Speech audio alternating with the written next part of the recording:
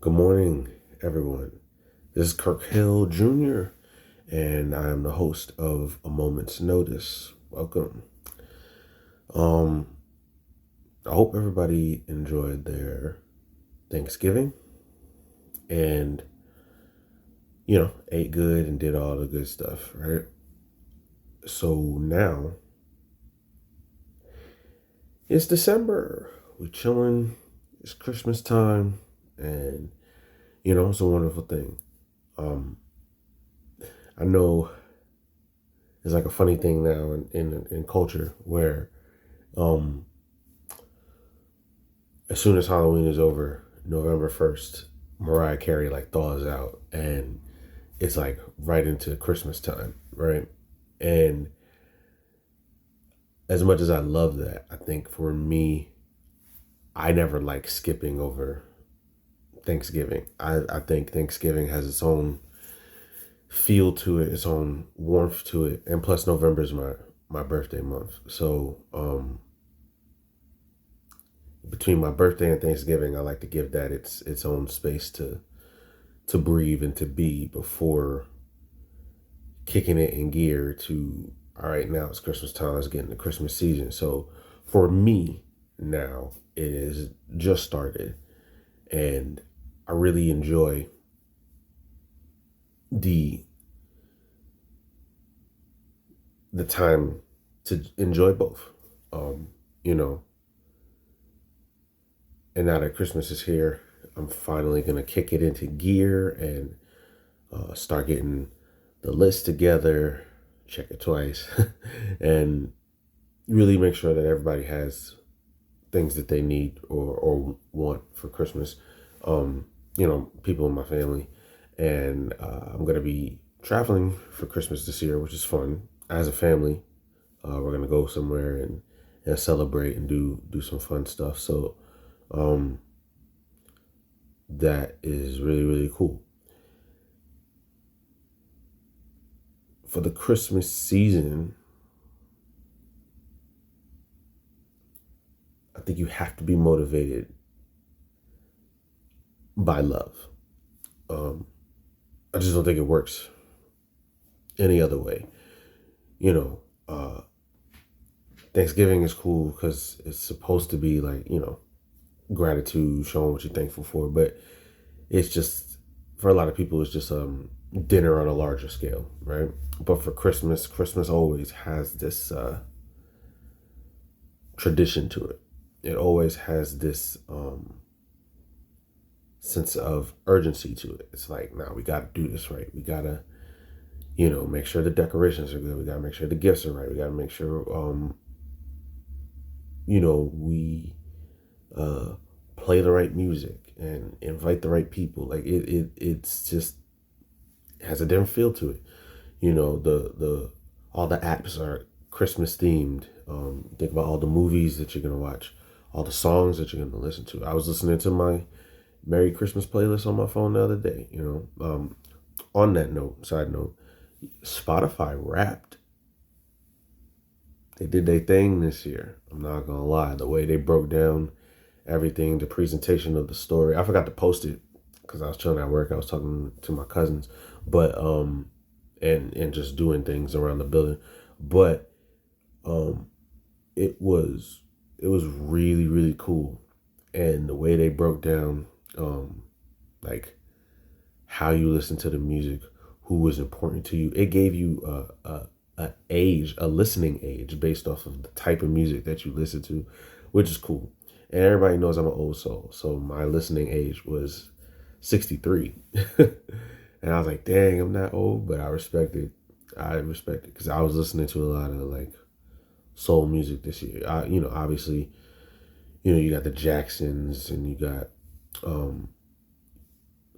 Stevie Wonder, Luther Vandross, and then I listen to the Manhattan, so that ages my music age up a lot. But I don't mind it. It's cool. I think I have a good balance of listening to old stuff and new stuff. My coworker puts me on to a lot of like newer R&B, so that's cool. Um, and that spirit of just coming together because me and my coworkers, we all have Spotify. So we were in the mailroom just sharing our Spotify raps with each other, comparing our music tastes, our music ages, and that was something fun, something really fun that just got us all talking like as soon as we got to work. And it was just like, oh, it was really dope. What did you have? What did you listen to? And I love moments like that where everybody just has like a common feeling and we can all just get along and talk about it and just be like, hey, funny enough, as a mailroom squad, they did this thing on Spotify Wrapped where everybody's in a club based off of your music taste, and all of us are in the same club. But even funnier than that was they break it down. I'm telling you, Spotify Wrapped was on it this year. They break it down where in that club, you have a role that you play in the club. And all of us had different roles. So it was super perfect. I was like, oh, it couldn't have gone any better than that. Like that's really cool. And like I said, moments like that just do it for me. It just it lifts my spirits. And I think the Christmas season is about lifting spirits, and you can only really do that when you're motivated by love. Now the thing about love is that love is hard. Love is complicated. Love is challenging, and that's the truth about it. Like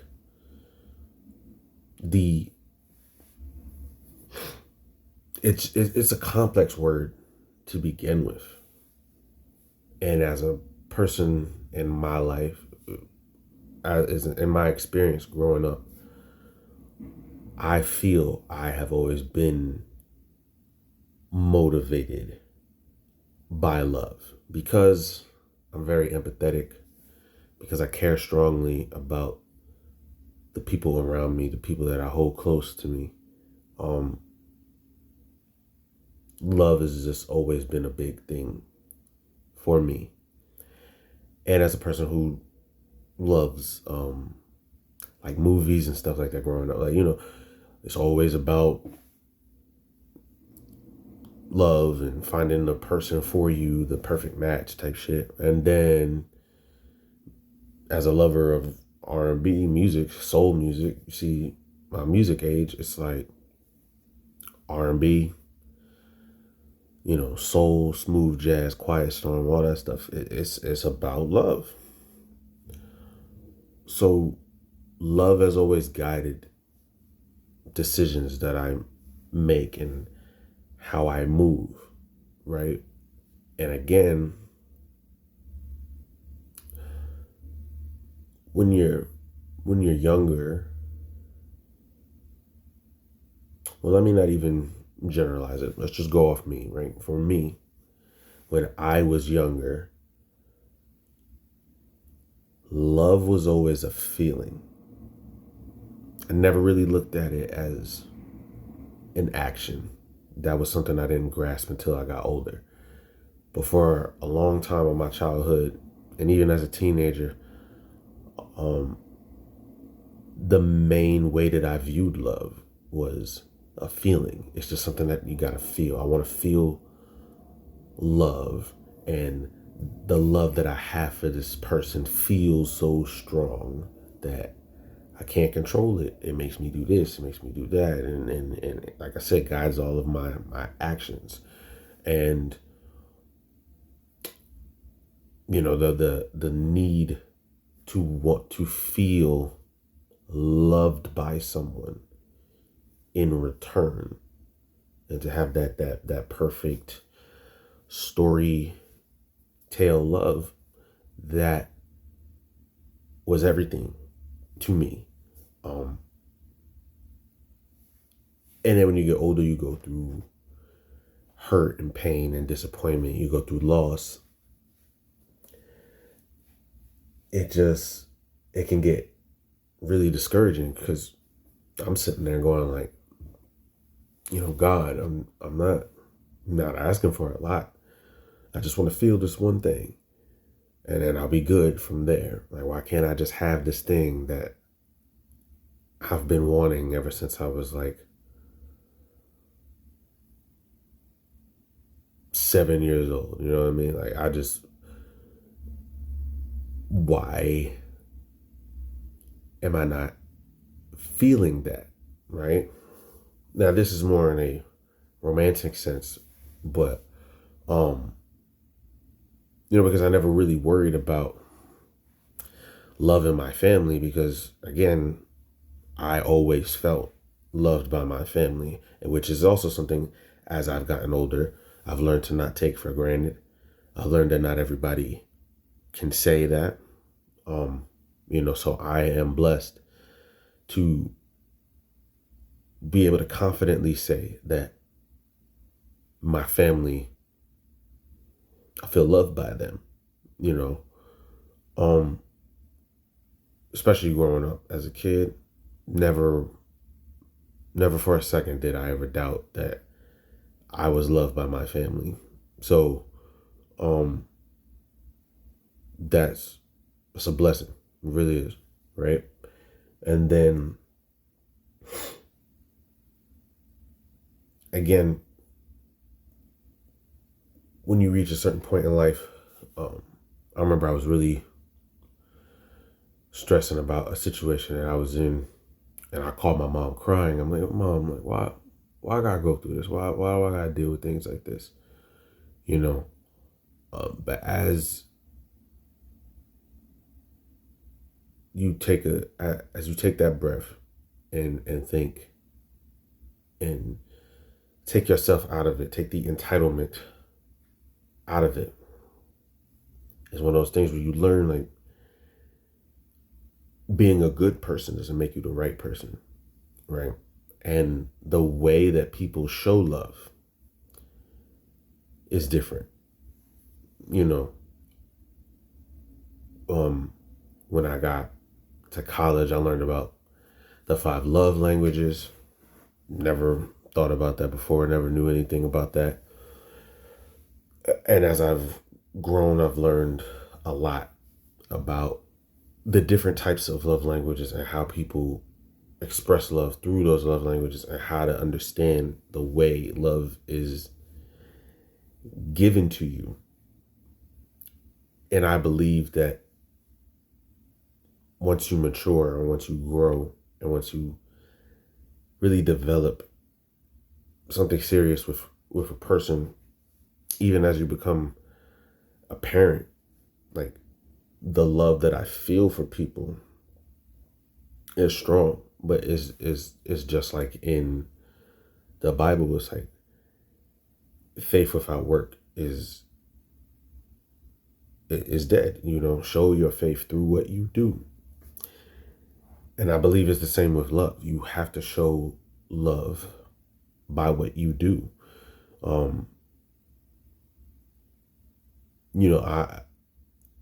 Again, for me personally, one of the love languages is words of affirmation. And that used to be heavy for me. I remember as a kid, I was like, because again, watching movies, what you see is the speeches. What you see is the monologues with the music playing, with the sweet music playing in the background. These big confessions of love, and then listening to songs, and it's all in the words, like singing about love and even rapping about love, right? Depending on what song you listen to. So words of affirmation used to be real big for me. And then you learn, like, people don't stick by their word all the time. People will say, this is how I feel about you. This is what you mean to me. But then when it really comes down to it, and there's a moment in life where you really want to rely on that person, you want to lean on that person, and they're not there in the way that you need them, or they're just not there at all, or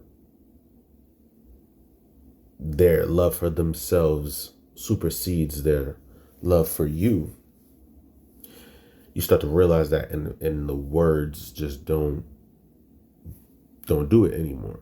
Certain things are just real. Um, certain things in life are just more tangible. These stronger moments. I think that's part of why my personal love language is my main personal love language is physical touch, because physical touch is tangible. Dapping somebody up, long and big embraces, kisses, all that stuff. It just it feels more real because it takes this personal effort, and for me now in my life, I can say that the way I view love is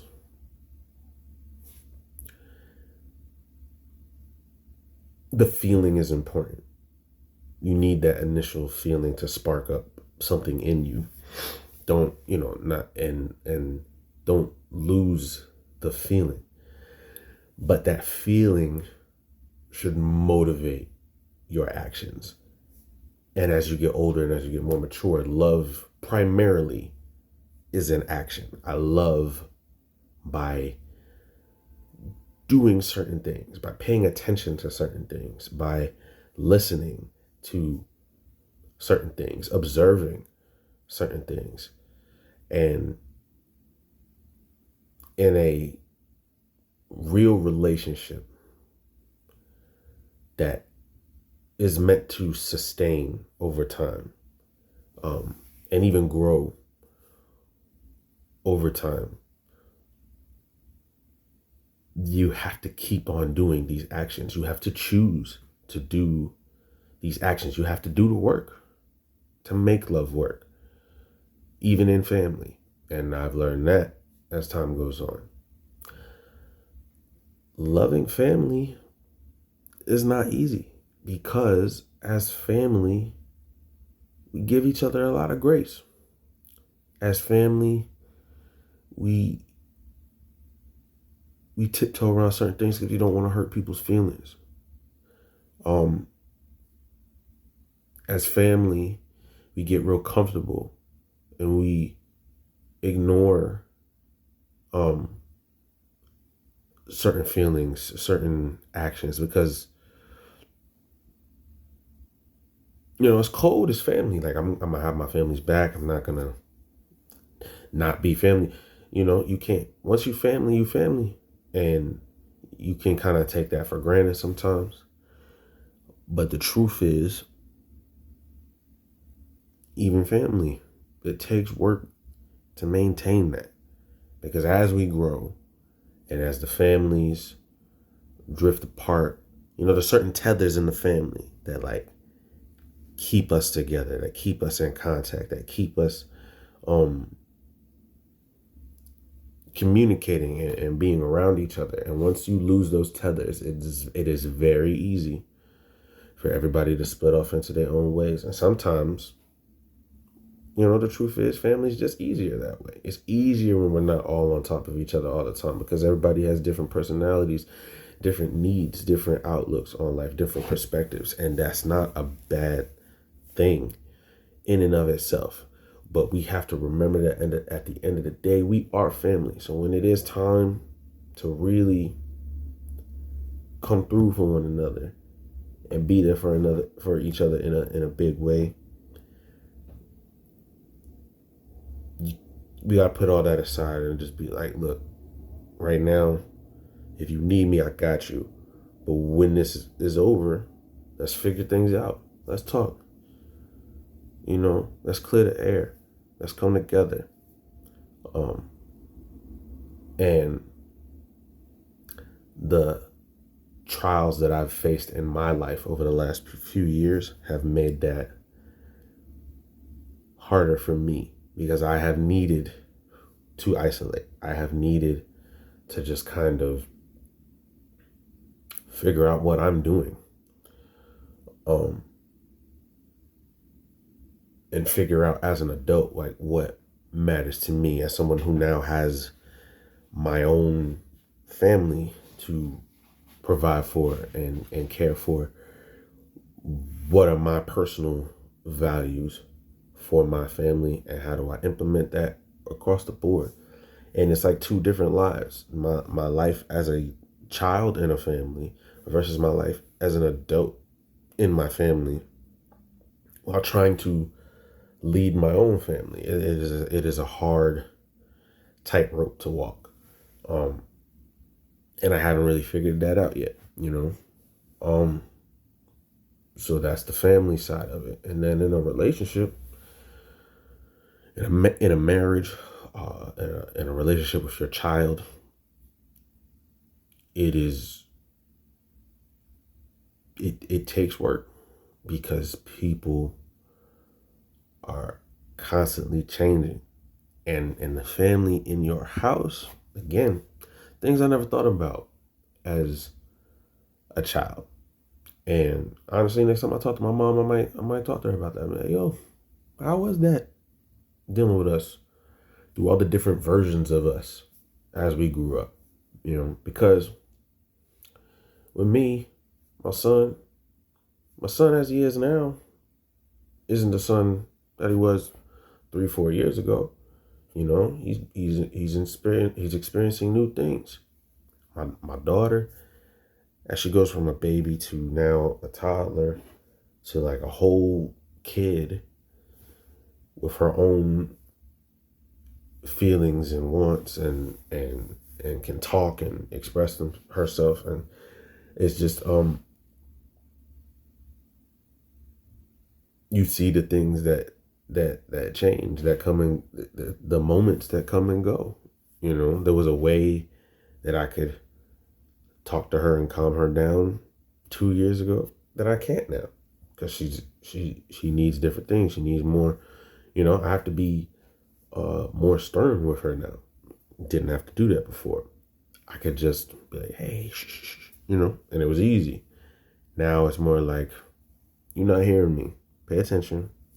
Are you listening? You understand? And I gotta get real serious. And that's an adjustment to make. But it comes with, again, learning, observing, listening, and just understanding this is who you are now, and this is what you need now in order for me to get through to you, and to try to understand who my son is at all times, so that I can feel connected to him and he can feel connected to me too, so that I can continuously be a safe space for him, so that he will not need to go look for that somewhere else. That's a big job. It's a big job. And it takes a lot, because someone my age, I'm also figuring myself out. I'm also growing. I'm now in my 30s, figuring out what that even means. What is now required of me? What kind of person do I want to be now? As someone who's newly married, what kind of husband do I want to be now? What kind of partner do I need to be to maintain this as we are learning and growing with each other? It is a wild journey that is not easy, because everyone grows, everyone changes. And when you are in a home with a family that you live with every day, you become even more aware of that. If you care enough, if you're paying attention, because it's like, I have to be who my kids need me to be. I have to be who my wife needs me to be. But I also need to be who I want to be for myself. And then if you extend that, still need to be who I need to be for my family, because I care about my family and I want to still feel connected to my family. I want to feel connected to her family. It is, that's important to me. Um, and that requires a lot of work, a lot of care, a lot of effort, and it requires a lot of like retraining, readjusting, uh, because the way something worked before may not work now, and um, you know, but you also have to like be able to set that boundary. And even setting boundaries is an act of love. It's an act of love for yourself. It's an act of requiring respect from the other person. Um, and it is a way of asking that person to love you the way you need to be loved. And there's nothing wrong with that. You know what I mean? And I think that with Christmas coming, and then the momentum between Christmas and New Year's and starting the year off right, it is important to be connected with one another. It is important to know that you're not alone. And to know that there is love around you if you take that second and look for it. And for the people that show that love back to you, and you feel that same level of effort from them that you put in, you have to hold on to that. And you have to nurture that. And you have to, again, put in the work to sustain that. You know, love is an action. I choose love every single day. Love motivates everything I do every single day, because it's never going to be a moment where I don't love my wife, where I don't love my kids, where I don't love my mother, where I don't love my friends. The reason I feel like I can connect people with each other, and I can introduce one friend to another friend, and we can all get along, is because everybody knows where my heart is. And everybody knows the way that I show love is genuine. And I can only really connect with people who are super genuine. And those friendships last because it's real, because we are all putting that effort in and pouring into each other. And just knowing that we can help each other grow, we can help each other laugh, we can help each other succeed. And it's great. And I'm thankful that I am that kind of person, that I was created as that type of person, because people need people like that in their lives. And I feel a big sense of like responsibility. It weighs heavy on me very often in my life, but it's something I choose to do every day, because I wouldn't want to be any other way. And every time I think of being any other kind of way, it just doesn't even feel right. So, to wrap this up, hope everybody gets good gifts. Hope everybody has a good time. Set up your playlist. I hope, if you have Spotify, I hope y'all enjoyed your Spotify Wrapped. Reach out to the people that you love. Hold them close. Celebrate that season together. It's going to be a good holiday. If you celebrate other holidays, enjoy that as well. And just come together. I feel like this season is just the season of love. So let love guide you, let love motivate you, show love through your actions, and grow one act of love at a time. So that's my spiel for today. It is December 4th. So we got 3 weeks left until Christmas. I think that's enough time to prepare and get everything together. And I'm excited for the holiday. I really hope that we all have a great time. We have a great holiday, a great new year. And let's keep that momentum and let love motivate us moving forward. So that is it for me today. Enjoy. If you are liking the podcast, please subscribe. Please, let people know this is that space to come in and enjoy. Got future episodes planned. Trying to have a guest, my first guest, at some point in the new year. So look out for that. And, just stick with us from moment to moment, and we'll be back at a moment's notice.